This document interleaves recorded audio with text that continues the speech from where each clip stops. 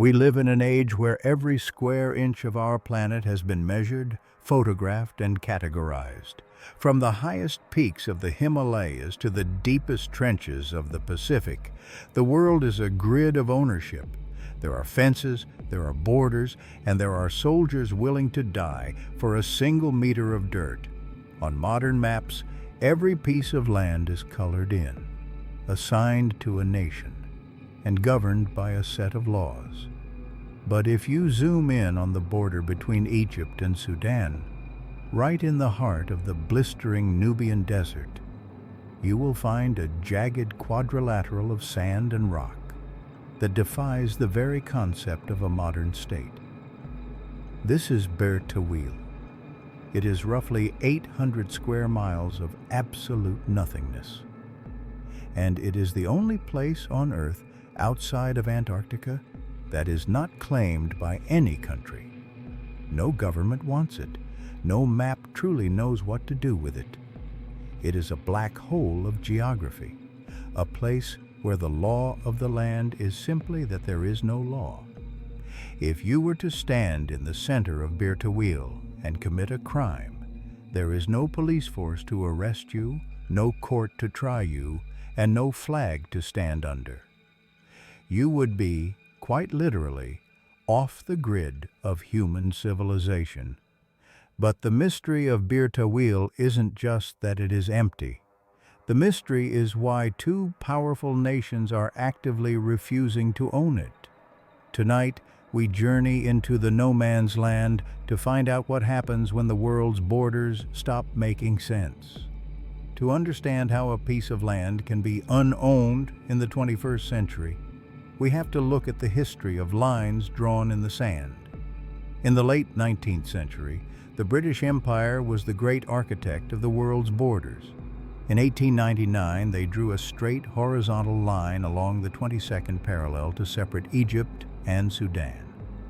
On this map, the border was clean, simple, and ignored the reality of the people living there. But 3 years later, in 1902, the British realized they had made a mistake. They saw that a specific tribe, the Ababda, used a small patch of land south of the line, while another tribe, the Beja, used a much larger triangle-shaped piece of land north of the line along the Red Sea.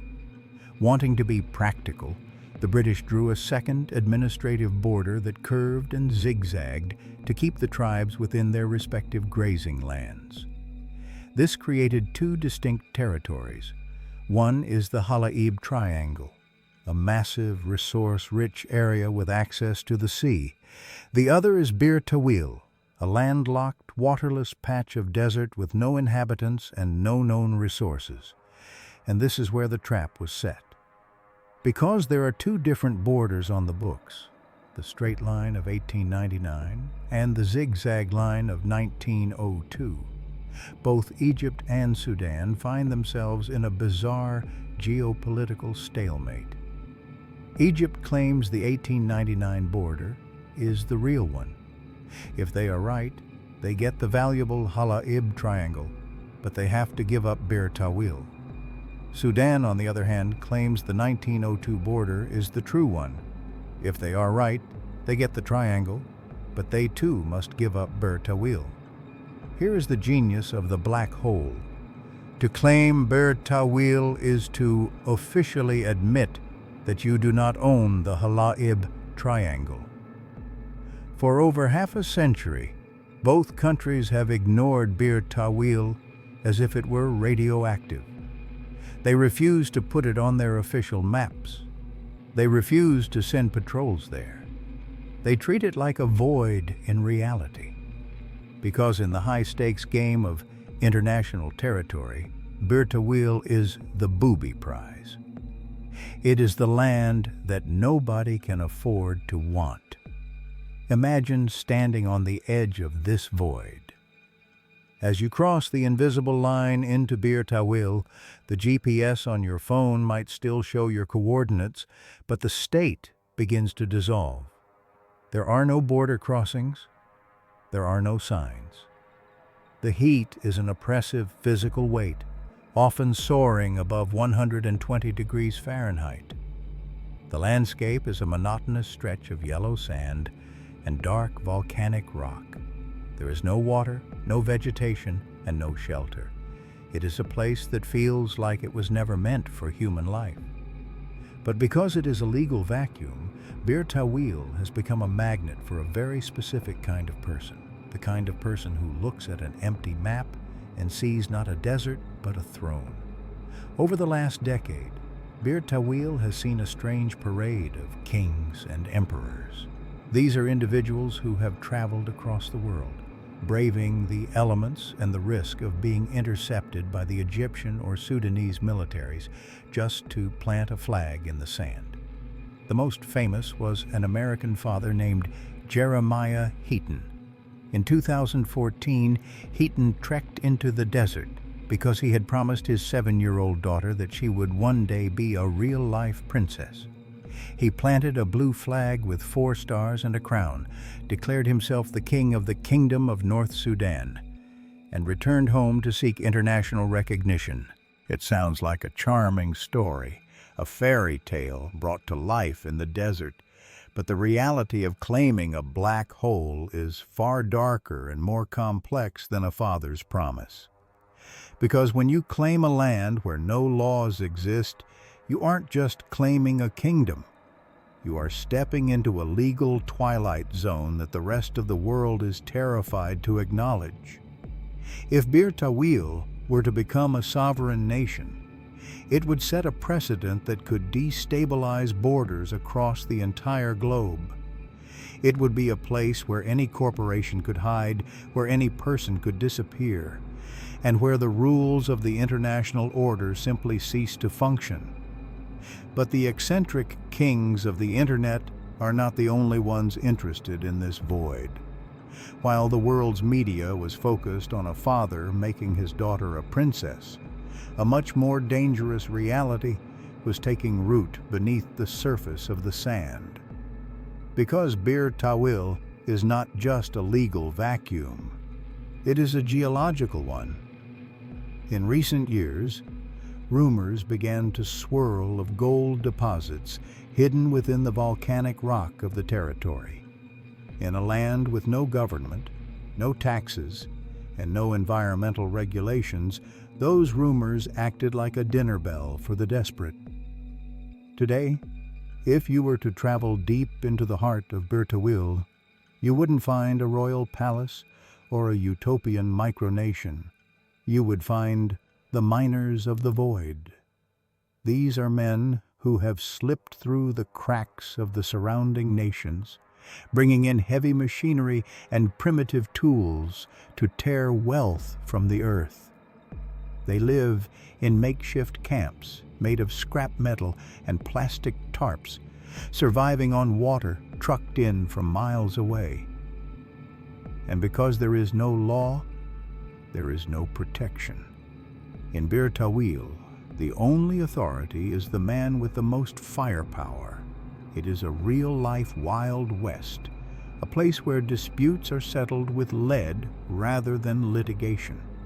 It is the purge in a permanent physical location. This creates a terrifying paradox for the international community. If the United Nations were to step in to stop the violence or regulate the mining, they would first have to decide who the land belongs to. But to do that, they would have to force either Egypt or Sudan to accept a border they despise. By trying to bring order to Bir Tawil, they would likely spark a full-scale war over the Hala'ib triangle. And so, the world watches in silence.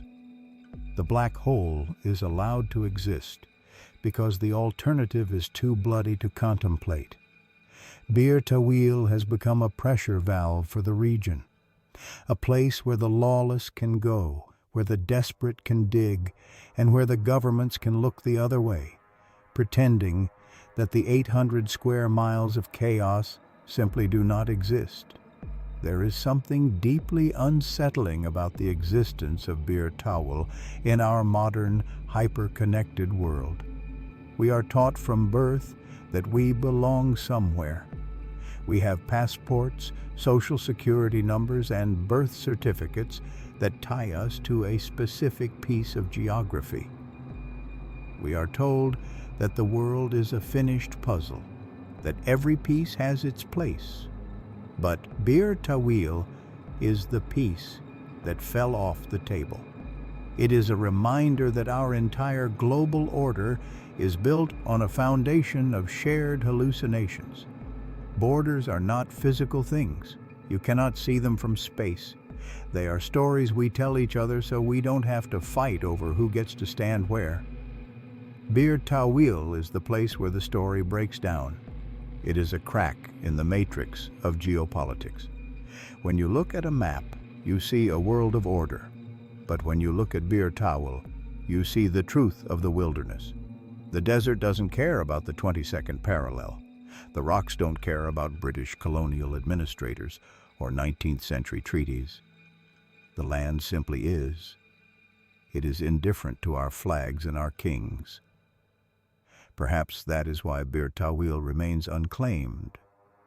Perhaps, on some subconscious level, both Egypt and Sudan understand that this patch of earth belongs to the silence.